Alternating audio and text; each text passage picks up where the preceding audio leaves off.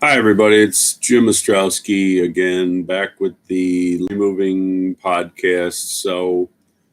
I destroyed the impeachment, so we're back to Dr. Ostrowski's political class. As I've said before, we all know what's happening. I'm not going to report on it on a daily basis. It's the Biden, Schumer, Pelosi debacle.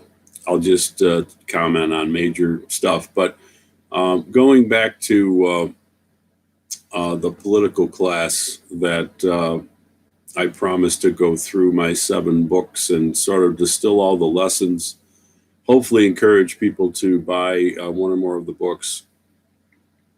That's how I support my activities. That's how I remain independent of the political machine. I'm independent of any billionaires or really anybody at all. And I'm not going to bother you for money.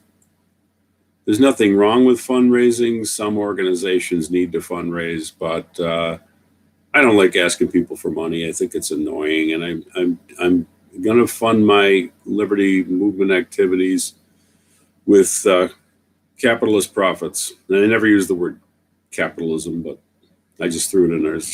Excuse me for violating my own protocol. Nozick said capitalist acts between consenting adults. You know what I mean. I prefer free market. But so we're on to chapter 2 of Political Class Dismissed. I'm not going to show you the book because it's right behind me. Do something a little different because chapter 2 is Political Odyssey. It's about how I became a libertarian. And the thing is, everything I said in that chapter, and I have some of the highlights. I'm going to do some, put out a study guide eventually. So everything I said in that chapter was true. It's actually a pretty interesting read. I know with a book reviewer at the Buffalo News said that, when I talked about the details of growing up, the son of a judge in Buffalo, that was kind of the best part of the book. And I'm not going to argue with somebody who compliments the book. But the main points I made, I'll just give them to you rapid fire before I get into the real heart of the podcast today. Is I gave a speech last year about how I became a libertarian. And everything I said in the book was true, but I didn't really nail it. And I left out a few things. Not on purpose, but just, as time goes by, you just sort of have more insights into your motivation. So I'm going to redo that speech. I don't normally like to do that, but I can't do it any better than I already prepared it for you. So the main points that I talked about in the book, chapter 2, is observing the political machine in South Buffalo as a bunch of sort of greedy grifters who were doing well at the expense of the community. And that led me to a long journey into trying to figure out what was this all about. And, there was a time when I blamed the political machine for our problems. And then as I got more into it, I realized that, no, it's not the political machine's fault. The political machine is the symptom, not the cause. Growing up in the Vietnam War era, I watched it every day. I could have been drafted. The draft ended 3 years before I would have been eligible. Our family opposed the Vietnam War. We thought it was absurd. My father made a speech about it in 1970 at St. Joe's Collegiate Institute. Took a lot of guts. Run-ins with cops did not give me a really great feeling about the government. My father was sort of a constitutional lawyer, a civil libertarian, and I sort of absorbed that from him. But really, and one of the things I want to make clear, there's so much I mean, the whole libertarian movement has been so misunderstood, vilified, distorted by the left and the right. I mean, we're hammered by the left and the right. But the left, particularly, is just so fucking ignorant of libertarianism. You people should just grow up and wake up, you effing morons. They just don't get it. I came from the left, you idiots. I worked for Ramsey Clark. I was concerned about the draft, the war. There was a time when the left was fairly libertarian. And you guys have completely lost it. You've gone back to your fucking roots in Bolshevism. It's really disturbing and disgusting. But I have never been a conservative. Not for one moment of my life have I been a conservative. I went from being a sort of 1970s, a child of the 60s, young child, because I was born in 57, but I absorbed the whole 60s. I grew up in the 60s. I watched it. I mean, I was too young to participate in most of it, but that's what I was. And then I kind of just learned a little bit more about economics and history, and then I sort of became a full-fledged libertarian. I always was kind of a proto-libertarian, I'd like to think. I'm not saying it was a pure libertarian across the board. I wasn't. So, wow, dropping F-bombs. It must be the fact that it's 4:02 a.m. So, because the speech I gave is just much better explanation for how I became a libertarian, I'm going to kind of read that into the record. Hopefully it'll go pretty well, but at least you'll know what I'm talking about. So I gave this talk last year in front of the local Libertarian Party. So I'm going to do something a little different tonight. Instead of talking about the present, I'm going to talk about the past as a clue to what the future holds. When I was a young libertarian, I looked at all the old men of the movement, most of whom I knew, and thought how sad that they might not live to see the promised land of liberty that I will see. Now, in a bitter irony, I'm the old man who may never live to see a world of liberty and peace, the best kept secret of all time being that liberty is peace and peace is liberty. In the 51 years of the liberty movement, of which I've been involved for 41, we have accomplished virtually nothing. Where did we go wrong? Let's go back to the beginnings. My parents were members of the greatest generation. That's my father behind me on the wall, and my mother, actually. Looked like a movie star. They were, in many ways, the greatest. Oh, sorry. I know the term greatest generation is derided by the envious, shallow, and naive. They were, in many ways, the greatest generation. There was no better time to grow up than the 1960s, and that was the world they created. The greatest generation's greatest accomplishment was not surviving the Depression and winning the war, but creating a wonderful atmosphere for us baby boomers to grow up in, the late 50s and early 60s. We lived in safe neighborhoods, had plenty of kids our own age to play with, had good schools, lacked for nothing of any importance, and were taught right from wrong, even if the lessons didn't always take. We could wander far from home, but with little risk of danger, as long as we returned home by dusk. There was a visceral sense of freedom felt by a young boy. I didn't theorize about it, I felt it in my bones. So long as I minded my own business, I was a free agent. I had no idea this feeling wasn't the norm in human history. How could I have known? I was lucky in the parent department. My parents were not strict disciplinarians. They both grew up in harsh conditions of poverty and tragedy. My mother lost her mother from cancer at age 19, probably from working in a factory making planes for the war, as she did not smoke. She had to deal with the alcoholism that ran rampant through the Irish men of that hard era in her neighborhood. My father graduated from St. Joe's High School as a junior in 1943 to enlist in the Army, where he fought the Nazis in bitter house-to-house fighting. and mountain fighting in France and Germany. Yes, it is true, as Billy Joel wrote, on Downing Street, our fathers fought the Second World War. They were some seriously tough guys, but we didn't really know it at the time, and they rarely showed it. Mostly they smiled through life, thrilled to even be alive after that horrendous conflict. They partied hard and drank and smoked and ate whatever they felt like eating. You would too if you'd spent a cold winter in a foxhole in 1944 dodging shrapnel from German 88s hitting the trees above. They enjoyed life as if they were on borrowed time.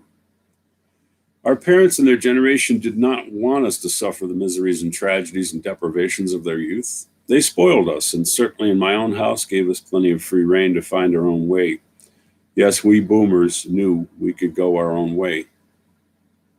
My father was a brilliant man, the son of a security guard for the sewer authority. He was a top student at St. Joe's, president of his class at Canisius College with post-war law degrees from Georgetown and George Washington universities. He spoke perfect English, quoted Shakespeare around the house, and exercised a rigorous logic in all matters, large and small. From him, I learned a lesson on a daily basis that Aristotle first taught, and Ayn Rand later took to heart in her fiction and nonfiction works that played a role in the revival of the historical liberty movement as we know as libertarianism. Man is a rational animal, and the only civilized way of dealing with other human beings is by appealing to their rational faculty, their ability to reason things out. In other words, to paraphrase the hero of the film Vendetta, the truncheon should not be used in lieu of conversation. This is how I was raised at 590 Downing Street in the 1960s. You didn't bully people, you reasoned with them, since they had a rational mind. Years later, I would explain how I found out about the libertarian movement, which was revived just a few years earlier, around 1969, and how I sought out their books and eventually met most of the key founders of the movement, including meeting with Murray Rothbard in his famous apartment on the Upper West Side. It was true in the 1960s the entire movement could easily fit into his living room. But what made me receptive to their ideas was the way I was brought up by two Depression, World War II era parents who created a unique atmosphere of freedom, safety, and respect at 590 Downing Street in South Buffalo. And indeed, for that very reason, became the home away from home for kids from all over the neighborhood.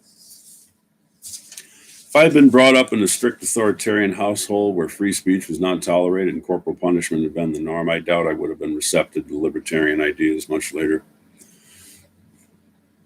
So you can say, okay, boomer all you want, but the truth is, without us hearing and heeding the call of Rothbard and company circa 1969 to revive the historical liberty movement, there would have been no modern liberty movement.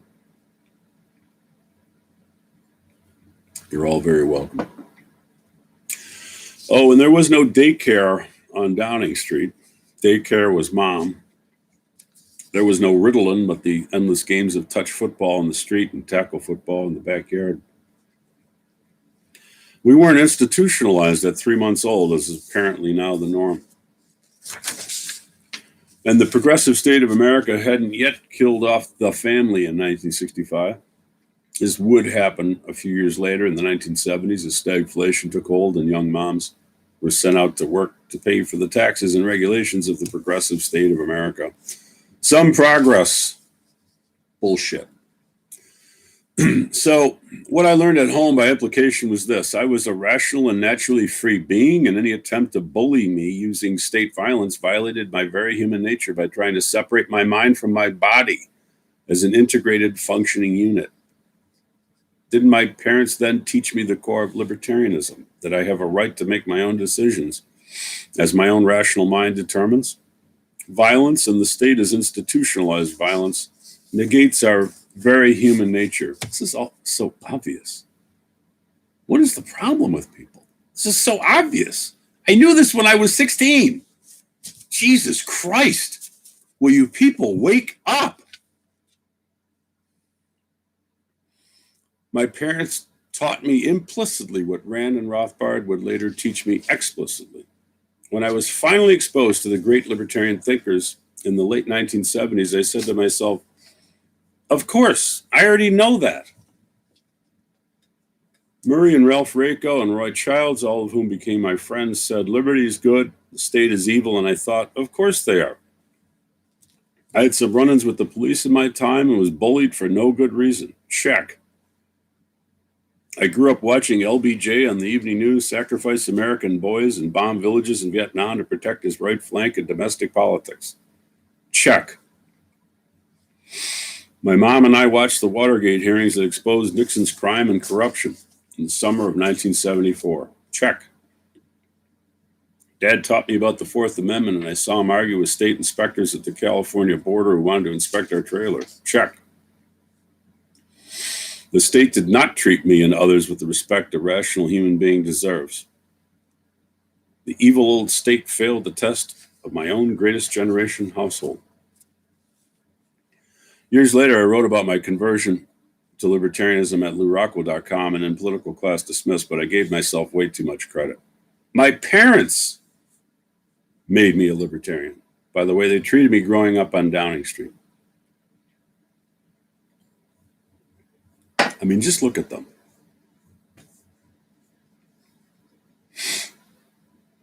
The state, which by its very nature brutalizes people and bullies them and ignores their rational faculty to make their own freaking decisions, failed the standard of my own household.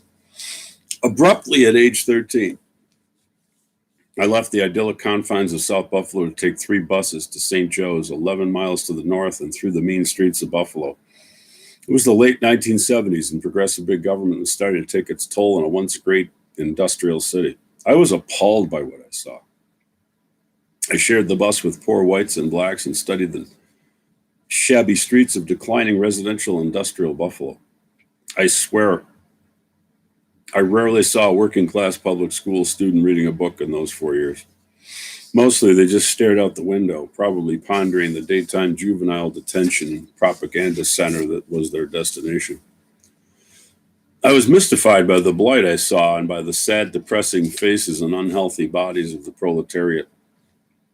It led me to wonder what went wrong, which I discussed in Political Class Dismissed in 2004.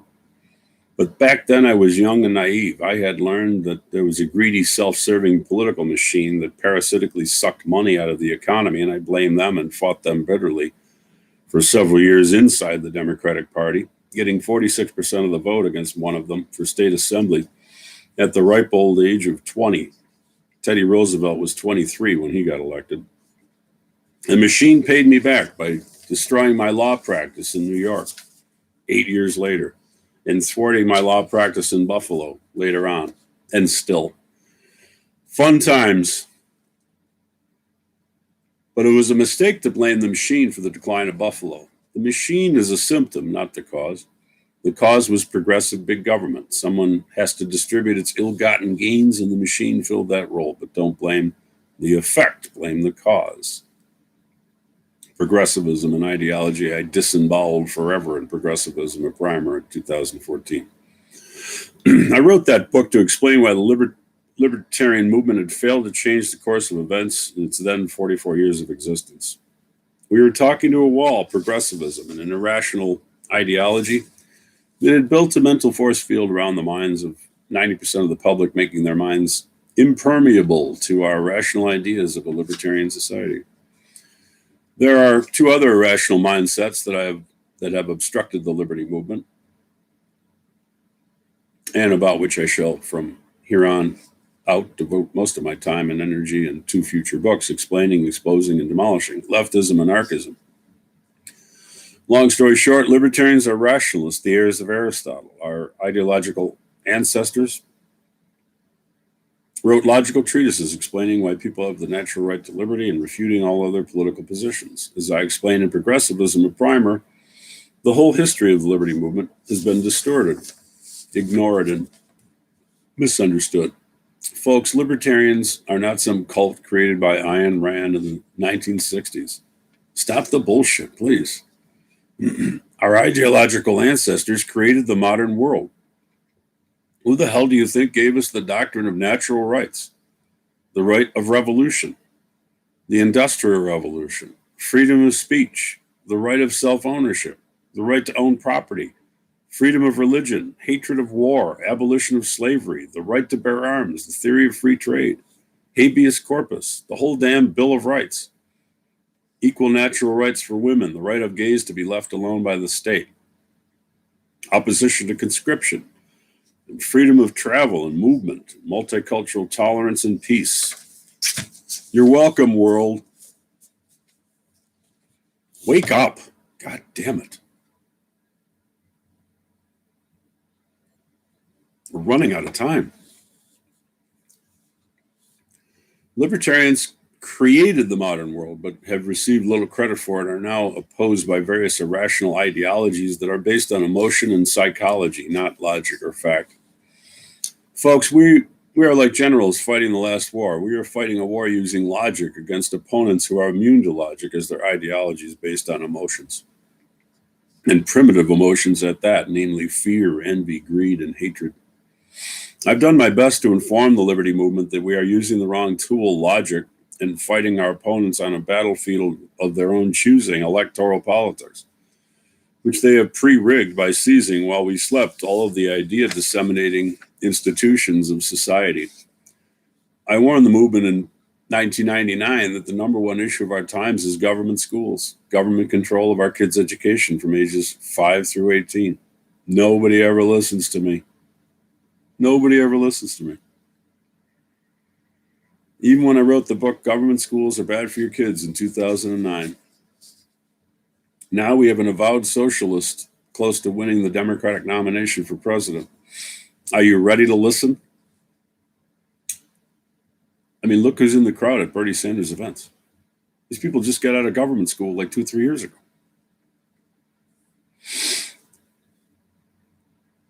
Liberty is the greatest political idea mankind ever had and the most poorly marketed product of all time. We lack what every grammar school basketball coach has before every game: a strategy, a plan for victory. If there's a single strategist working full-time, the liberty movement is one of the best kept secrets of all time. So ridiculous. So ridiculous. Folks, we got to get our act together, okay? That's what I'm trying to tell you. You know, see my last 5 books on strategy. Direct citizen action is what has not been tried, and it will succeed if and when it is tried. Nothing else will. Let me quote that great boomer philosopher, Gordon Matthew Thomas Sumner, better known as Sting. There is no political solution to our troubled evolution. Have no faith in Constitution. There is no bloody revolution. We are spirits in the material world. Our spirits in the material world. Our so-called leaders speak. With words, they try to jail you. They subjugate the meek, but it's the rhetoric of failure. We are spirits in the material world. Our spirits in the material world. Almost done here. We owe it to the historical heroes of the liberty movement, the English levelers, including Richard Overton, Trenchard, and Gordon of Cato's Letters fame, Algernon Sidney, John Locke, Thomas Jefferson, Cobden and Bright, Herbert Spencer, Lysander Spooner, William Graham Sumner, Gustav D. Molinari, Mark Twain, Albert J. Nock, H.L. Mencken, Ludwig von Mises, Ayn Rand, Isabel Patterson, Rose Wilder Lane, Murray Rothbard, and Ron Paul, only one of whom survives, to get our act together fast and develop better strategies and tactics and marketing and better ways to expose and defeat our enemies so we can have liberty and peace in our time. And so we don't have to keep burying old men who in their distant youth dreamed of making real mankind's ancient dream of defeating its age-old pestilence. The constant threat of being beaten to a pulp by a gang of thugs stronger and better organized than you, and with a fancy, mendacious, and magical name for themselves, the government, merely for doing what you wish with what you own. A right I learned from my parents, Bill and Mary Ostrowski, at 590 Downing Street in South Buffalo in the 1960s.